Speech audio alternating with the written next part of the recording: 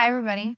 I am Shannon. This is Franco, and we're coming at you from During Destinations podcast. We're in season 2, episode 7. Yes, And we are. have so much to talk to you about today. And I wanted to start with the first one in the travel news. Travel news of the week. Travel news of the week. And this is about Michelin Key recognizes hotels for outstanding stays. I do want to say this really quick. I love how the Michelin Here he Key comes. was started. A lot of people don't know this, but when we talk about Michelin tires, that's really where it comes from. So the brothers thought that they would do like a free travel guide and to make people use their For gas tires. station, gas stop. Yes, but they wanted them to drive further. Yeah. Right. So they would give them like a travel guide or like to find restaurants, great restaurants that were further away from like major cities that would make them drive longer for their tires to wear out, but also to make them drive to go see these amazing restaurants that were off the grid that a lot of people didn't know about. And so that's really how the Michelin stars came about. And then they started becoming like these very prestigious restaurants. And you wanted to be part of this book. And so these restaurants started stepping up. And the origin, believe it or not, is from 1889 in 900, the guidebook. And the first star was in 1926. That's crazy. So I just wanted to give you that. But it started with restaurants, right? And now they're doing hotels. Well, now they're doing hotels, yes. But it started off because they owned the tire company, and so they wanted people to wear out the tires. So isn't that crazy? And so that's how it started. So tire salesmen. Tire salesmen are the key to the Michelin Keys. That's crazy. But yes, now they're starting, to expand it and very high end. So I always like to share that. A lot of people don't realize that, but yeah, it's Michelin tires. The big marshmallow. Yeah, that marshmallow, dude. Yep. That's crazy. So Michelin is now expanding their rating system beyond restaurants, and they are doing just like exceptional hotels globally. So the awards are 1 key, 2 keys, 3 keys. 3 keys is usually the best, just like it is in the restaurants. And I think this is actually really nice. Yeah. I even like when, even though they may have not gotten a key, it says Michelin. Yeah, like Michelin. The restaurant that we love in Italy. Like recommended. Recommended. So, maybe they're on their way and that they were acknowledged. And so we have right next to our house in Italy, right down the street is this cute little restaurant. And it's just great food. And they have that on there. So that's a great thing. Yeah, it is.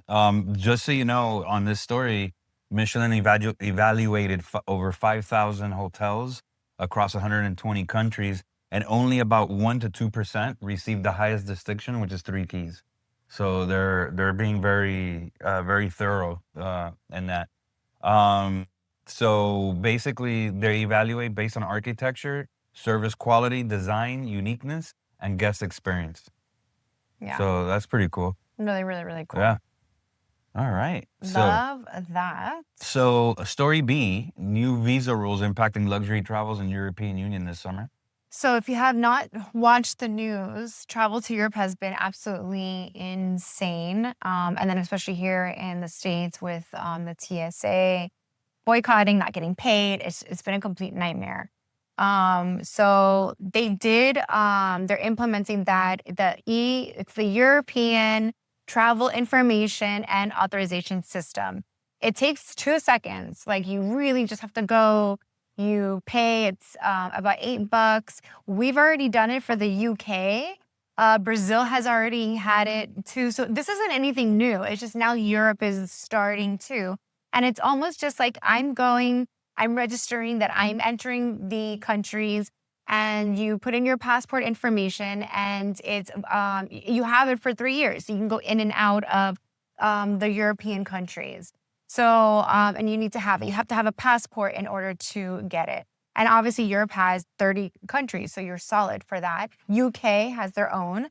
But yes, there's been a lot of issues and a lot of problems, but make sure that you have it. So yeah, that's big, especially a lot of luxury travelers that travel in multiple countries, and sometimes you know, like for example, if you want to go to like let's say the World Cup and you want to go to Morocco, Spain, and that, like you have to be aware of that. At least a portion of your trip is you're gonna Yeah. need to fill that out. Definitely. So you could forget and it'll become a big hassle. And honestly, I thought when we first did it for the UK last year, I put in our information. It says give us 7 days, and within 2 hours we were cleared. I mean, and that was $14. Brazil is $80. It's expensive for some reason. But the European one is only $8 USD. I see €7. So still, get it done. It takes 2 seconds, and it's for 3 years. Yeah. Well, the next story is pretty interesting. In 2026, the Antarctic expedition permits are reshaping high-end polar cruise travel because they're tightening it for environmental permits in 2026.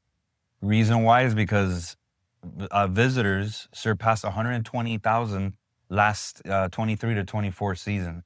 So new restrictions limit simultaneous shore landings to 100 people per site, which I love. That's, again, our previous episode we talked about over-tourism. It looks like they're kind of doing it faster because, again, it's an ecological situation. So a lot of the expeditions that go there have scientists on board, which is amazing because not only are you doing this insane travel to get to Antarctica, there's scientists on board. But the bigger ships can go to Antarctica, but there are smaller little glaciers that the smaller ships can go to. Some of them only allow 30 people on the glacier at a time. That scares me. So I'm loving that they're doing this. I know there's even talks for the Galapagos Islands that they're putting on some restrictions as well. But one of the counters to that is they're saying that fewer permits may push prices higher, and smaller ships could dominate, making trips more exclusive and expensive. I mean, they're already expensive now, so I don't know. And we're talking about 10,000 to 50,000. Amazing. Oh, wow, that's great. This is great. This is our cat just really doing it in for us. Yeah. All right, so there you have it. The top 3 stories of the week. Can you move? Come on, fat boy. Come on. Here we go. Here we go. All right, so go over that way, so you're on his other side. all right, so can I do fact or fiction? yes, Okay. you do fact. Okay, so fact or fiction, All right. the Arctic edition. All right. So, fact or fiction? Okay. Okay, like true or false, right? Like, Yeah, I Okay. developed this segment. Yes, I know. the Arctic is actually an ocean surrounded by continents. Fact. That is true. So, unlike Antarctica, the Arctic is primarily sea ice floating on the Arctic Ocean. And it surrounds North America, Europe, and Asia. There Yeah. you go. Love that. All right, go. Okay. This is number 2. You may want to move over so that people can see you. Okay. Okay. Polar bears live in Antarctica. No. False. It is. You're right. It's fiction. Yeah. A lot of people don't realize that. They live in the Arctic. I'm not seeing it. I'm not seeing it. I'm being serious. They do. They live in the Arctic, but not specifically Antarctica. They do not. Yes, you are right. All right, number 3. And the Arctic can experience 24 hours of daylight during the summer. Yeah. Yep, Yeah. that is true. That is There you true. go. You see? It's called midnight sun. Midnight sun. Oh Yeah. my God, these people don't sleep. Nobody lives in. Yeah, they do. Oh, yeah, in the Arctic, not Antarctica. Yeah. Yes. Yeah, but Alaska's like that too. You keep looking. I'm looking at the cat, Shannon. I'm looking at the cat. You make me close my thing and I know, but I'm not focused on that. I'm focused on the cat. Make sure that I'm not like being blocked. Okay, number 4. The Arctic Ocean is the deepest ocean in the world. False. He's cheating. I'm not cheating. The Pacific Yes, is the everybody deepest. knows that. You know that. The trench that goes along Japan is the deepest trench. Look it up. Google it in your ChatGPT. Number 5. The Arctic is warming near 4 times faster than the rest of the planet. False. That's fact. That's sad. Rapid ice Oh, the good thing is loss. it's a small ice thing, so it's not like we're not gonna get like flooded. Rapid ice loss is one of the clearest indications that there is climate change. Yeah. So, sad. Yeah, it is. You know what's also sad? What? Like hug them. Can you come near, bud? And like, get out of here. Okay. Travel tips of the week. Yes, here we go, guys. We got the one I wanted to talk about. I think this is so important. Yes. So when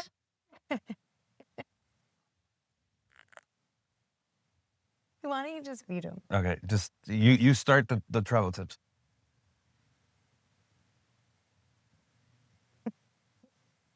Could you start the travel tips? Yeah, I was waiting for he's like blocking the camera. Come on. Travel tips of the week. So when kids get separated from parents while traveling, what do?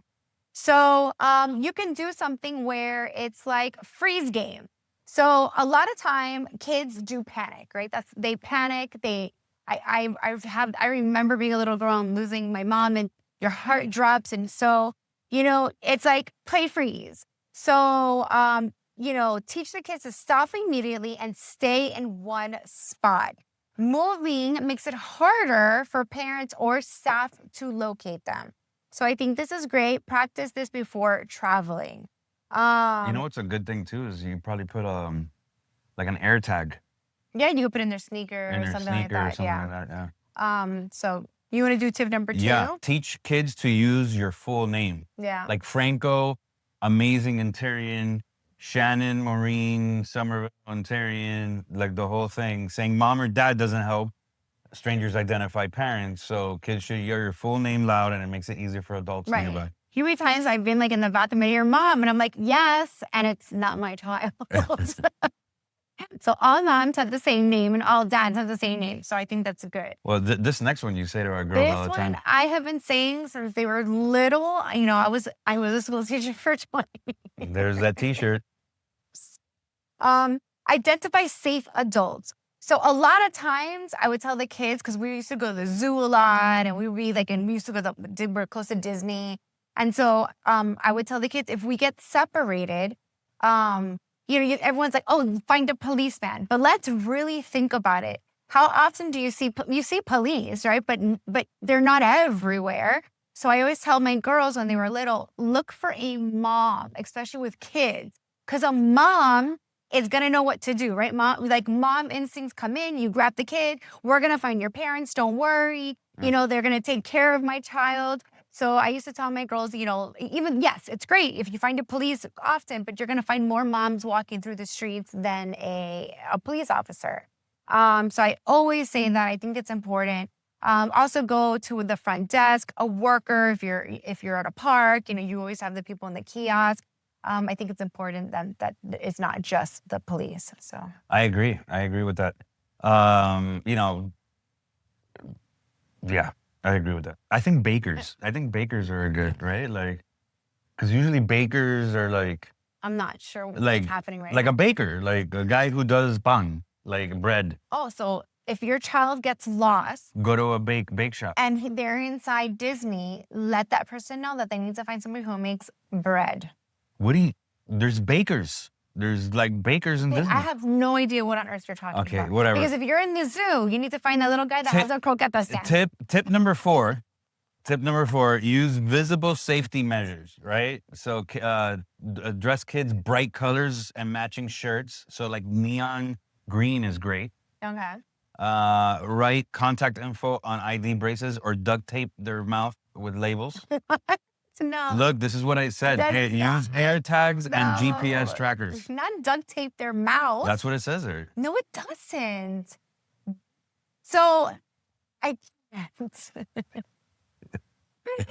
It says. Forget the duct tape. Just get the air tags and GPS trackers. I think that's the best thing. I can't. What do you mean you can't? You're so ridiculous. Look, and create. I hate this cat. right. Okay, go. Create an emergency. Create an emergency plan. Establishing a meeting landmark, which we have done in Disney. We have mentioned that. Take a photo of your child, exactly how they're dressed that day. This is great because if, let's say, you guys get separated, you get to be like, look, this is what my kid is wearing right now. So they have like exactly, because sometimes you forget, right? You throw in clothes and the kids. Something that he did not add here that I do want to add, if you're on, like, I always think about this, especially like at the airport when the airport has the trains that go from different terminals, or if you're in the subway or a train.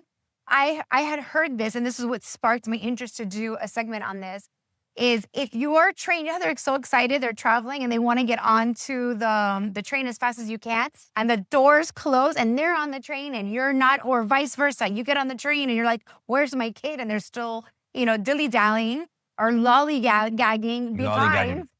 I tell your kid, if they get on that train, to get off at the next stop, regardless where it is. So that I know I'm going to jump on that next train and then go and get off at that next stop. So these are just like little tools to teach, the kids. I think it's great. I mean, I know now a lot of people have cell phones, but if they're younger and they don't have cell phones, we should always.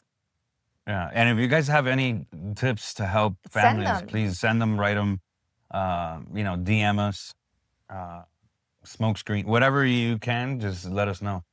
I was trying to not be mean, but it's so hard. Why? Okay.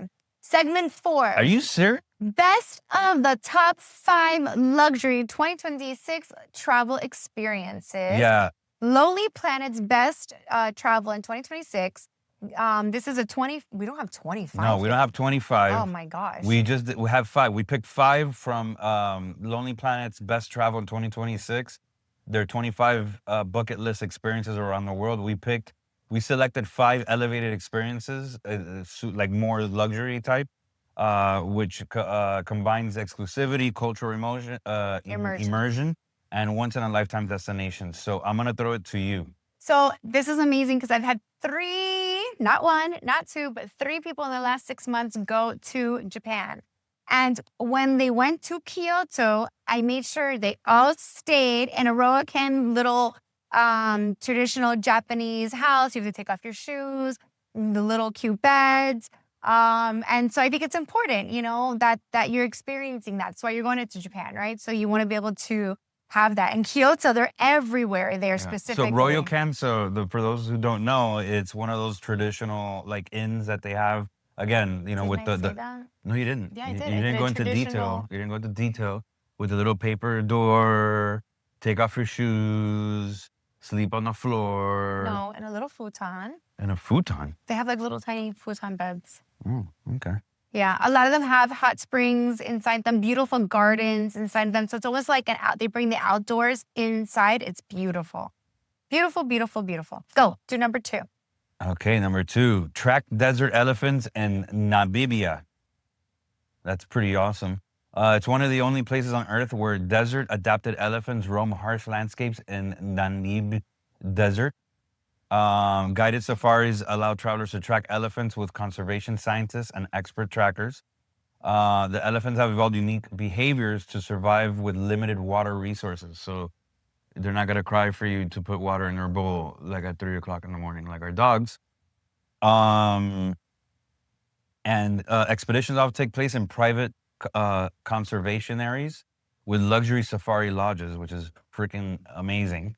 They even have helicopter transfers to these private safaris and high-end desert camps. So I think I'm all about that. Really cool. I think I kind of want to do that. I'm not going to lie. So number 3, search for jaguars in Iberia wetlands in Argentina.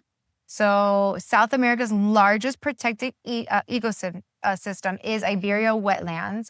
And there are the jaguars. So it's guided excursions to track them. Even the capybaras, the really cute, like fat, like they're like huge, like gerbils looking things, rare bird species. And the region's major conservation success story is reintroducing jaguars after decades of absence. And, you could do this by boat safaris, wildlife drives. I think it's beautiful. I think it's really nice. So those eco luxury lodges combine wildlife conservation with boutique accommodations and private guides. Yeah. I think I want to do something like that when we go to Argentina. All right, cruise the Mekong River in Vietnam and Cambodia. I saw videos of this river. Beautiful. It's amazing, and then you pass through. It's almost like a river cruise. Yeah. They're very slow boats. Yeah, it's really, really cool. They're And cooking on it. yeah, and feeding then you you. pass through all that, and then like you see another person cooking, like you said, and then you could buy off of them. It's really nice. Yeah. It is one of, and I agree, it's one of the most immersive cultural journeys in Southeast Asia. They travel between Ho Chi Minh City and Siem Reap, connecting Vietnam and Cambodia. So the stops include floating villages, ancient temples, and riverside markets. So that's something to do.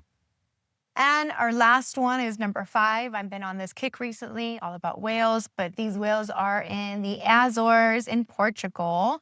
So the islands are the best whale watching locations in the world. That I did not know, so that's pretty amazing. They're located in the mid-Atlantic between Europe and North America. There's up to 24 species of whales and dolphins. And you can also see blue whales, humpback whales, sperm whales. Great for private yachts and charters. And they have biologist-guided expeditions, which is super cool. Just so that you can see these whales. Yeah, I think this is a list that we should keep for ourselves. Because I think I want to do everything. All of it. And do it all. Yeah. So there you have it. The best of luxury experiences in 2026. Love it. So are you ready for Hot Pocket? Hot Topic Pocket. You ready? I like this hot topic because I think you represent one and I represent the other. I don't pack big. Exactly. I pack big. I overpack. Yeah, you overpack. So this hot topic is overpacking versus underpacking. I'm really good at packing. Yeah, I overpack. He brings a lot of shoes. Yes, I don't know why. And I only wear like one. He did this to me. Yeah.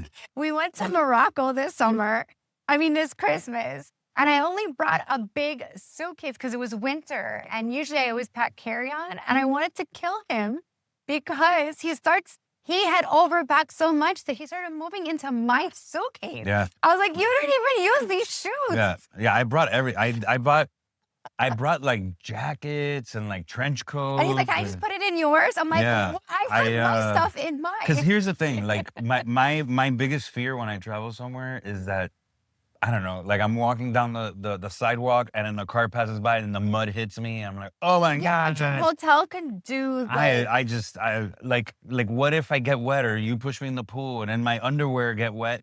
That, now I'm one down underwear. Like these are the things that go through my mind. That's not okay, but I probably would push him in the pool. Yeah. But there's also laundry service. But so I learned the art of packing when I first started traveling to Europe the first time. And no, not the first time. That's a lie. The second time, because I would call it like bougie backpacking. And I was on a budget, right? I was in my early 20s and I didn't want to pay for carry-on. But mostly, it's not even paying. I was afraid of losing my luggage.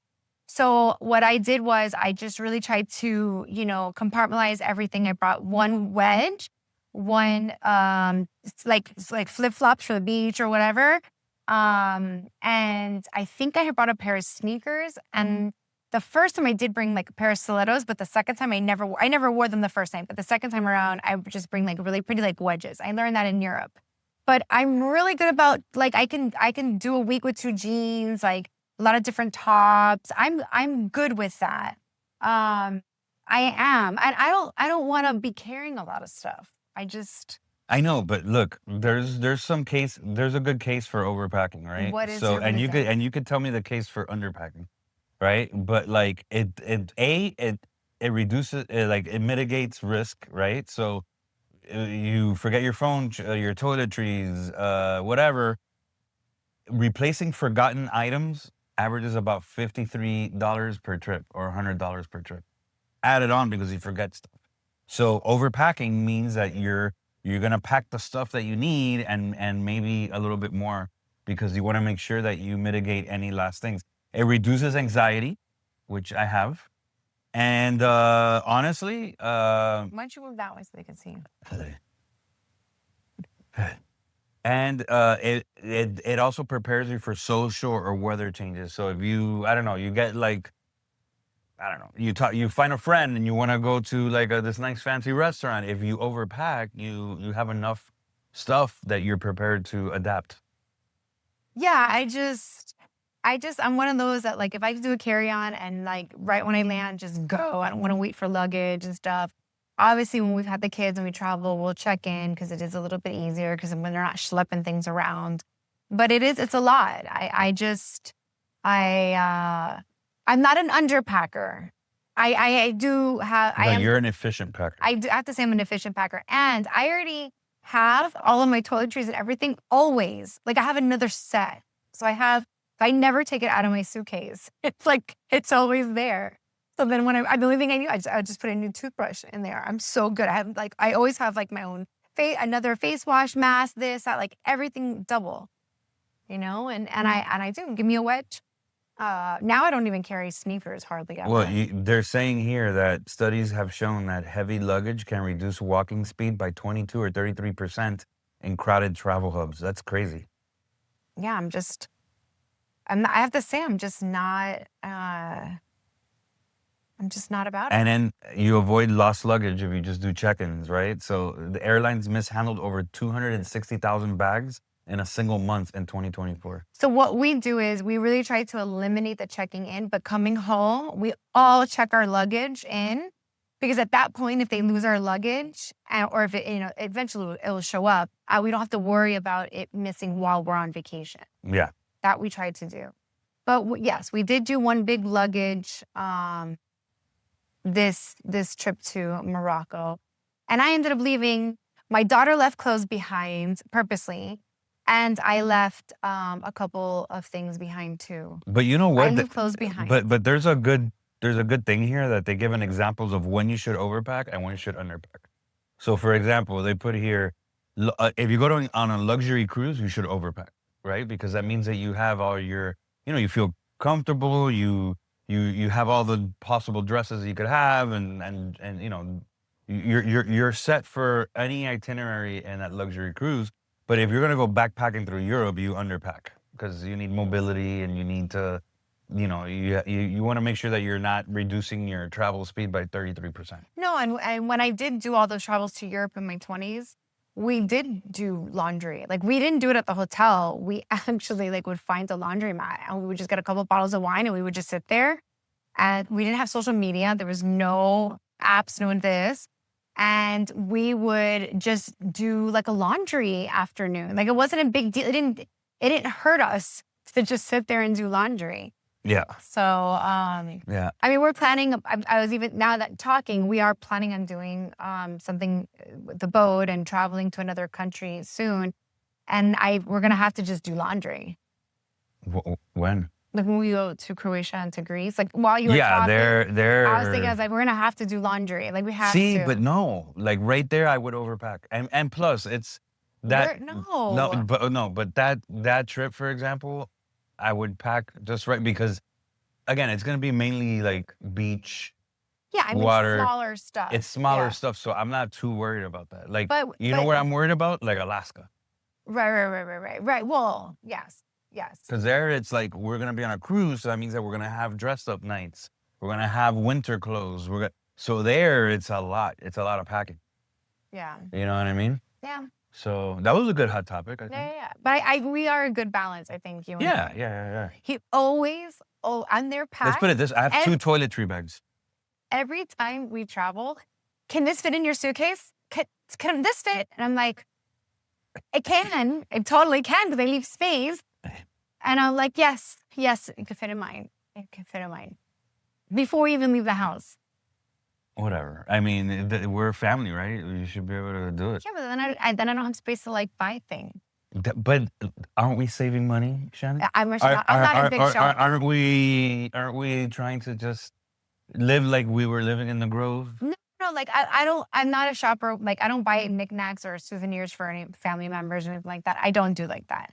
But like when we were in Morocco, there was things that I wanted to buy, and I knew we weren't able to like bring it back because I But look, you have a handsome man next to you. I and know that's what he's so matters. handsome. I'm so lucky to have him. Yes, yes. Keep saying that. So thank you everyone for joining us on episode 7. A little birdie told me that we have episode 8 and 9 with some lovely ladies from Dorian Destination, and that should be fun. And in episode 10, you guys finally get to meet the one and only Karen.